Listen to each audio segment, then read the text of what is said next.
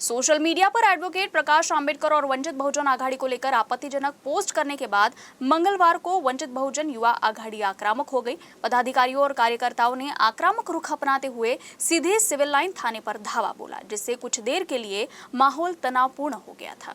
Police थाने में शिकायत दर्ज कराई गई है और तत्काल मामला दर्ज नहीं होने और कार्रवाई नहीं होने पर वंचित बहुजन युवा आघाड़ी ने चेतावनी दी है, जिस पर थानेदार की ओर से जांच करने का आश्वासन दिया गया। वर्तमान में विधानसभा चुनाव का प्रचार जोरों पर है। युवा आघाड़ी के पदाधिकारियों ने आरोप लगाया है कि वंचित बहुजन आघाड़ी के राष्ट्रीय अध्यक्ष एडवोकेट प्रकाश आंबेडकर के खिलाफ बदनामी करने वाली पोस्ट शेयर की गई है। ये पोस्ट राजकीय धुराड़ा इस पेज पर पोस्ट की गई है। वंचित के अनुसार इस पोस्ट में प्रकाश आंबेडकर की बदनामी की गई है, जो मतदाताओं को गुमराह कर रही है और लोगों में नफरत फैला रही है। इस मामले में शिकायत दर्ज कर कड़ी से कड़ी कार्रवाई करने की मांग वंचित की ओर से की गई। इस दौरान युवा आघाड़ी प्रदेश महासचिव राजेंद्र पातोड़े, जिलाध्यक्ष श्रीकांत घोगरे, राजकुमार दामोदर, शिकायतकर्ता जयराम तायडे, शहराध्यक्ष वैभव खड़से, तहसील अध्यक्ष मिलिंद इंगले, सचिन शिराले आदि उपस्थित रहे।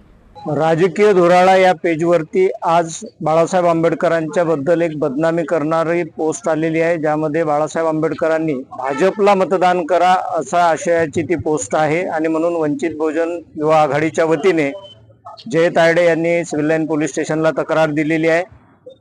हा जो प्रकार आहे तो काँग्रेसच्या आयटी सेलने केलेला प्रकार आहे।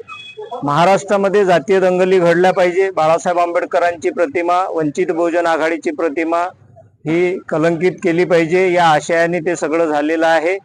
आणि महाराष्ट्र पेटवण्याचा हा जो काँग्रेसवाल्यांचा प्रयत्न आहे त्याच्या विरोधात आताच पोलीस स्टेशनला तक्रार दिली। ठाणेदारांनी शब्द दिलाय की उद्या संध्याकाळपर्यंत सायबर मार्फत ते कोण ॲडमिन आहे त्यांचा तपास घेतील आणि त्यांच्यावर गुन्हे दाखल करतील।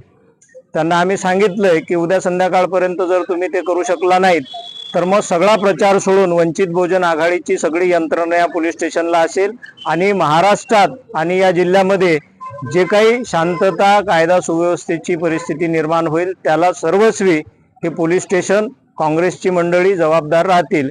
त्यासाठी आम्ही आज इथे आलेलो